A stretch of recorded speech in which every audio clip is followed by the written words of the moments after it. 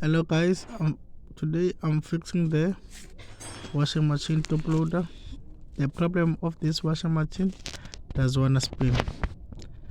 Now I did check the drain pump and I suspect a drain motor.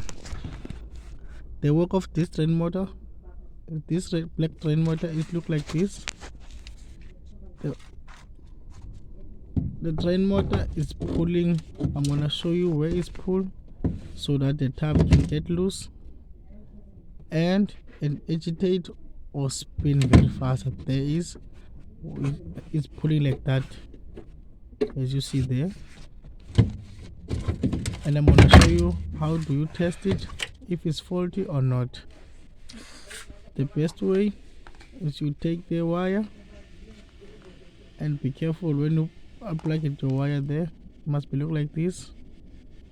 It must be not attached. And when you pull it there, it must not loose. If it's loose, then it's faulty. But this one is not faulty. When you plug it in, then you're gonna see that wire is pulling inside.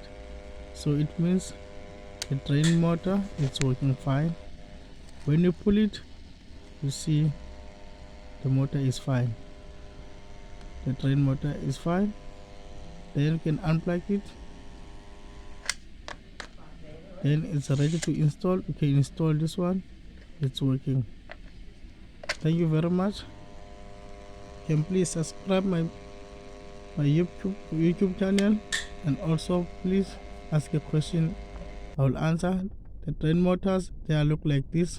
They are doing the same job, and then we can test the same thing the same way. Thank you very much guys.